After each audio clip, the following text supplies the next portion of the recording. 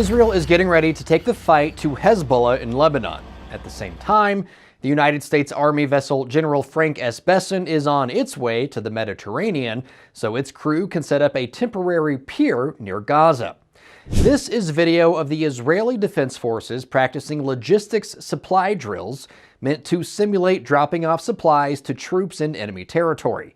An Israeli ground invasion into southern Lebanon to root out Hezbollah would likely include many drops just like this to get food, weapons, ammunition, and medical supplies to the soldiers who need them on the ground. Hezbollah is an Iranian-backed terror organization like Hamas in Gaza, but they're much better funded by Iran and closer to the regime as well. Hezbollah is known to launch attacks across Israel's northern border, and those attacks increased after October 7th. Israel's military leaders knew from the start the war in Gaza could expand into a wider regional war. Now it looks like the IDF is aiding in that expansion. Israeli media outlets are reporting the army is moving ahead with plans for a ground operation into Lebanon with the ultimate goal of launching a military campaign against Hezbollah. Part of those preparations include building bomb shelters for Israelis living in the north of the country, shelters capable of sustaining thousands of people for days at a time. Anyone living in northern Israel would be the target of thousands of missiles, rockets, mortars, and drones that would fill the sky if Israel was engaged in an all-out war on multiple fronts.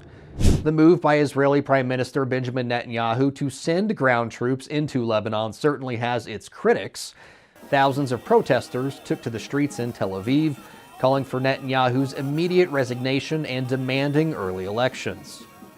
There isn't a lot of outcry from Lebanon's central government over a pending Israeli invasion.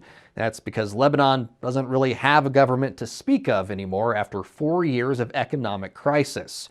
Most public institutions ceased operation, and the military certainly doesn't have the ability to stop Israel, let alone keep Hezbollah in check. Meanwhile, the USAV General Besson started steaming towards the Mediterranean. The Besson started its journey a day and a half after President Joe Biden announced the United States would construct a temporary pier off the coast of the Gaza Strip. The Besson is a logistics support vessel and carries the first pieces of equipment needed to build the temporary pier, which will be used to offload humanitarian supplies from large ships before they're taken ashore by smaller vessels. More than 1,000 soldiers from the Army's 7th Expeditionary Transportation Brigade will help build the floating pier, which will be made of separate barges that lock together. The Mediterranean Sea is known to be fairly calm, but temporary floating structures are still at the mercy of the water.